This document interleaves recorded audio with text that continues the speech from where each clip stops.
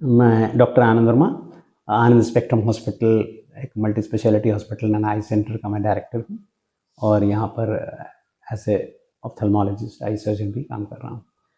हमारे यहाँ ओपीडी में तकरीबन 30% केसेस आजकल कंप्यूटर या विज़न स्क्रीन विज़न सिंड्रोम के आने लगे हैं। यूजुअली पेशेंट आते हैं, कंप्लेंट करते हैं कि उनको आँख में दर्द, सर में दर्द, चुभन, जलन और समटाइम्स रात में ब्लरिंग ऑफ विज़न भी होता है। साथ में नेक और शोल्डर पेन की भी कंप्लेंट लेकर के आते हैं।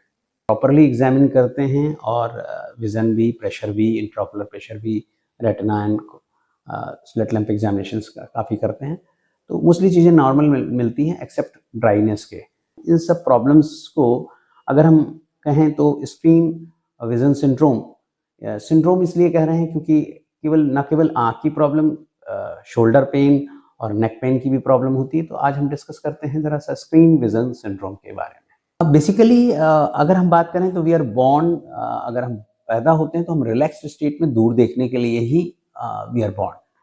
तो हमारा जो लेंस है बेसिकली ये मोटा पतला होता है, वैसे ही जैसे कि सिंपल कैनन के कैमरे में जूम करके आगे पीछे होता है, और लिगामेंट ऑफ जेन्यूल्स होते हैं जो उन लेंसेज को मोटा पतला करते रहते हैं। अब अगर हम 10 घंटे के लिए सपोज लगे रहें कंप्यूटर पे, मोबाइल पे, लैपटॉप पे, तो हमारा लेंस जो है कुछ मोटा हो जाता है। जबकि हम रियलिटी में क्या करते हैं, यूजुअली हम दूर का देखते हैं, पास का देखते हैं, तो लेंस कभी पतला कभी मोटा होता रहता है। लेकिन जब हम लगातार 8-8, 10-10 घंटे कंप्यूटर, मोबाइल पे रहते हैं तो लेंस हमारा कुछ मोटा हो जाता है। तो सपोज जो भी हमारा नॉर्मल है उससे -2.5 या -3 डायप्टर का एक टेम्परेरी मायोपिया डेवलप हो जाता है। तो रात को आकर के हमको ब्लरिंग विजन की भी प्रॉब्लम आ जाती है। अच्छा, अगर हम किताबों की पढ़ाई करें तो किताबों में क्लियर पिक्चर, एक डिजिट्स होती हैं जिसमें एक डार्कनिंग होती है और बैकग्राउंड वाइट रहता है। जबकि अगर हम मोबाइल या लैपटॉप की बात करें तो वो एक पिक्सल से बना होता है। पिक्सल्स में क्या रहता है कि वहाँ पर एक इंटेंसिटी जो है लाइट का, जो ब्राइटनेस है वो सेंटर से पेरिफेरी की तरफ थोड़ा सा स्लाइट हल्का होता जाता है। तो हम फोकस प्रॉपर नहीं कर पाते, जिससे कि भी हमें एक हेडेक का प्रॉब्लम होना शुरू हो जाता है। तो अब हम अगर तो इस तरह से हमारे को रात को ब्लरिंग ऑफ विजन हो जाता है। कभी-कभी eye strain, persistent irritation, dryness होने की वजह से, redness, burning sensation, headache, sir दर्द, इस तरह के प्रॉब्लम्स हमें आती रहती हैं। तो अब हम इन समस्याओं से कैसे निजात पाएँ? तो सबसे पहली चीज़ तो ये है कि हमें स्क्रीन को अवॉइड करना चाहिए, बट अगर सम पॉसिबल नहीं है तो एक remember the rule of 20। What is the rule of 20? 20 rule means after interval of 20 minutes, just take a break of 20 seconds. Just close your eye and sit for 20 seconds if you are working for a long period duration. And after 20-second break, then look at a distant object 20 feet distance पे दूर देखें। इससे क्या होगा, lens आपका जैसे मैंने बताया कि थिकर थिनर होता है, तो थिनर हो जाएगा और आप टेम्परेरी ट्रांसिएंट जो मायोपिया डेवलप होती है वो नहीं होएगा। हम लोग जो है जब भी अवेकिंग पीरियड में रहते हैं तो 15 से 20 पर मिनट ही ब्लिंक करते रहते हैं, और ऐसा करके हम अपने आंसुओं को बनाए रखते हैं। बेसिकली आंसू कोई जस्ट एक रोने के लिए ही नहीं है, इसका कुछ और भी मतलब है। 8 घंटे तो हम सो के बिता देते हैं तो आंखें बंद ही रहती हैं, और 15 से 20 मिनट ब्लिंक करें तो वैसे भी काफ़ी ड्यूरेशन आंख बंद ही रहती है। तो होता क्या है, सपोज आप देखिए ना, अगर आप कहीं पे भी ऑक्सीजन की बहुत ज़्यादा ज़रूरत रहती है, ऑक्सीजन एक जलने का काम करती है।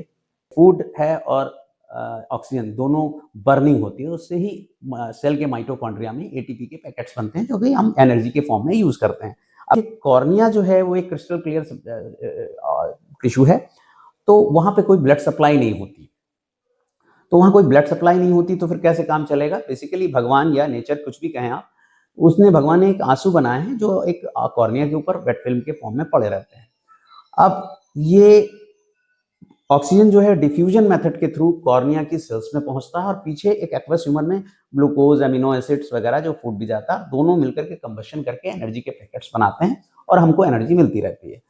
अब अगर आप जब ज़्यादातर टाइम 15 से 20 पर ज़्यादातर टाइम 10-10 घंटे अगर कंप्यूटर या मोबाइल पे लगे रहते हैं, तो होता क्या है कि आपका ब्लिंकिंग रेट कम हो जाता है, बिकॉज़ आप स्टेयर करते रहते हो। स्टेयर करने की वजह से आपके आँसू सूख जाते हैं। एसी एटमॉस्फेयर में रहते हैं तो वहाँ और ड्राइनेस बढ़ती है, तो आँसू सूखने लगते हैं। आँसू सूखने की वजह से जो है वो ऑक्सीजन जो है डिफ्यूजन मेथड से वहाँ पहुँचती नहीं है। तो खाना तो है लेकिन ऑक्सीजन ही नहीं है, तो कंबशन हो नहीं पाता, एनर्जी के पैकेट्स नहीं मिलते, तो रिजल्टेंट आपकी आँख थक जाती है। तो इम्पोर्टेंट ये है कि 15 से 20 पर मिनट ब्लिंक करते रहें। तो ये तो हुआ रूल ऑफ 20।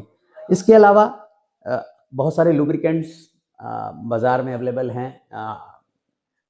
ये कार्बोक्सीमिथाइल सेलुलोज, हाइलुरोनिक एसिड्स, ये सब अवेलेबल हैं। तो ये आप अपने वर्किंग स्टेशन पे रख सकते हैं और 1 ड्रॉप 2 आवर्स आफ्टर इंटरवल डाल सकते हैं। सेकंड थिंग ये है कि आप कैसे प्रॉपर लाइट को मेंटेन करें, यूज़ करें while working in front of laptop, computers या मोबाइल पे। तो लैपटॉप की अगर बात करें हम, तो 2 चीज़ें, एक्सेसिव ब्राइट लाइट से भी हमारे को आई स्ट्रेन का प्रॉब्लम हो सकता है। ये 2 तरीके की लाइट हो सकती हैं, बाहर से आने वाली लाइट या फिर अंदर की ही बहुत ज़्यादा लाइट।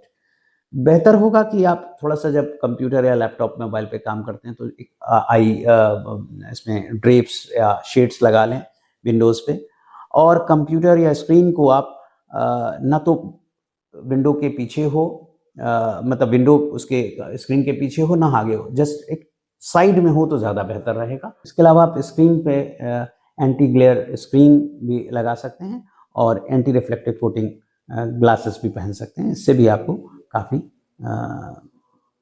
सहूलियत मिलेगी इस तरह के ड्राइनेस होने पे कंप्यूटर्स के। Thank you.